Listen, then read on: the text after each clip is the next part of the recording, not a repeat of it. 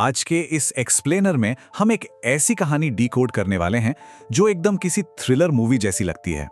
सोचिए, एक middle class लड़का जो हॉस्टल के एक छोटे से कमरे में रात रात भर कोडिंग करता है और कुछ ही सालों में वो गूगल जैसे ट्रिलियन डॉलर जायंट के सामने 20 बिलियन डॉलर का खतरा खड़ा कर देता है। ये एक ऐसी अंडरडॉग स्टोरी है जिसने आज पूरी टेक इंडस्ट्री को हिला कर रख दिया है।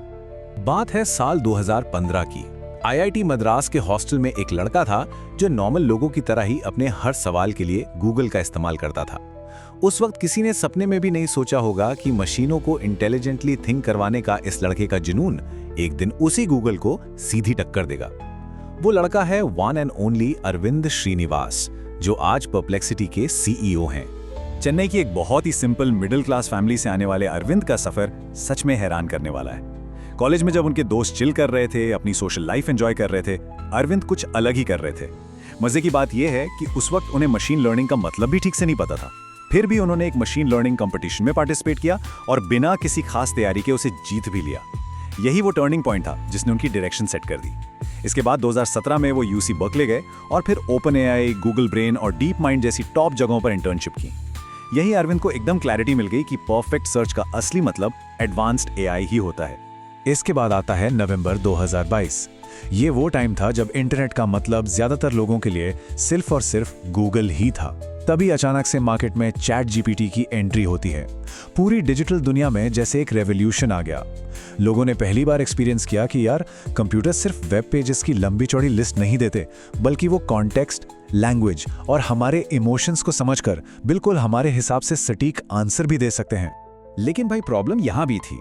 चैट जीपीटी की कुछ लिमिटेशंस थी, जैसे रियल टाइम इंफॉर्मेशन का ना होना और वेरीफाइड सोर्सेज का पता ना होना, जिस वजह से यूजर्स उस पर फुली ट्रस्ट नहीं कर पाते थे। तो बेसिकली इंडस्ट्री में एक बहुत बड़ा गैप बन गया था। एक तरफ गूगल था जो सर्च करने पर लिंक्स का ढेर लगा देता था, एड्स दिखाता था। दूसरी तरफ चैट जीपीटी था जो इंसान की तरह बात तो करता था लेकिन बिना किसी सोर्स के। अब लोग जाएं तो जाएं कहां? एग्जैक्टली इसी मैसिव गैप को फिल करने के लिए अरविंद ने इनिशिएटिव लिया। उन्होंने सोचा, क्यों ना एक ऐसा एआई बनाया जाए जो इंटरनेट से एकदम रियल टाइम डेटा फेच करे, उसे एक साफ और कंसाइज समरी में प्रेजेंट करे और सबसे बड़ी बात, हर एक क्लेम के साथ क्रेडिबल सोर्सेज भी डिस्प्ले करे। बस यहीं से इवॉल्व हुआ परप्लेक्सिटी का शानदार कॉन्सेप्ट। लेकिन कहानी इतनी आसान नहीं है। यहीं पर अरविंद के सामने सबसे बड़ा चैलेंज खड़ा हुआ और वो था कैपिटल का।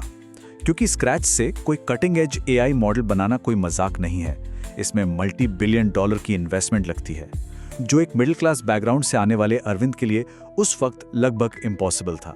पर अरविंद हार मानने वालों में से बिल्कुल नहीं थे। उन्होंने यहां एक स्ट्रेटेजिक मास्टर स्ट्रोक खेला।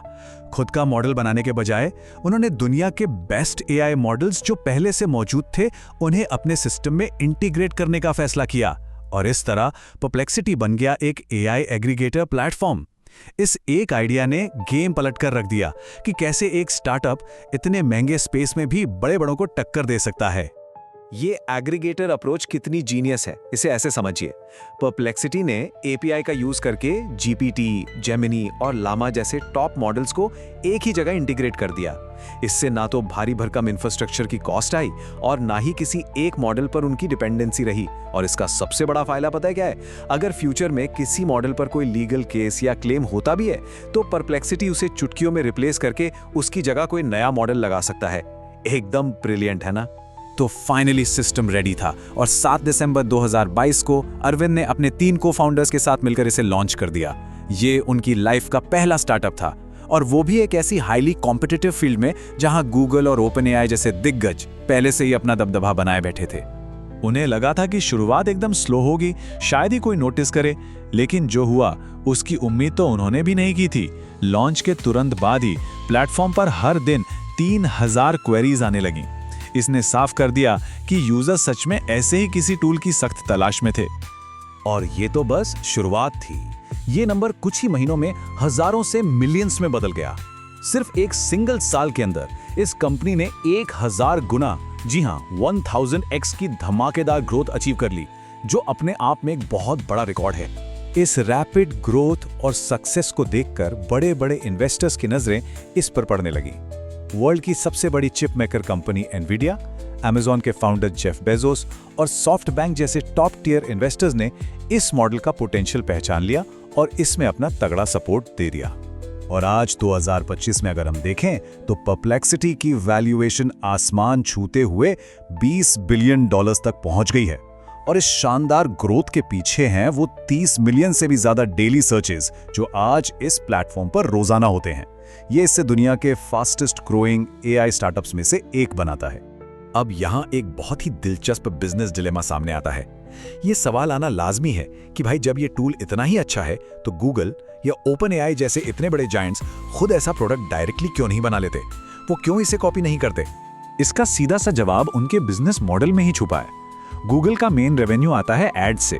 अगर वो परप्लेक्सिटी जैसा डायरेक्ट आंसर इंजन बना दे तो यूजर्स लिंक्स पर क्लिक ही नहीं करेंगे, जिससे उनके एड इंप्रेशंस धड़ाम से गिर जाएंगे।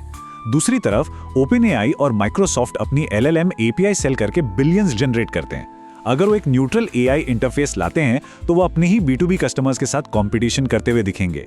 यही वजह है कि वो चाहकर भी आसानी से ऐसा नहीं कर सकते।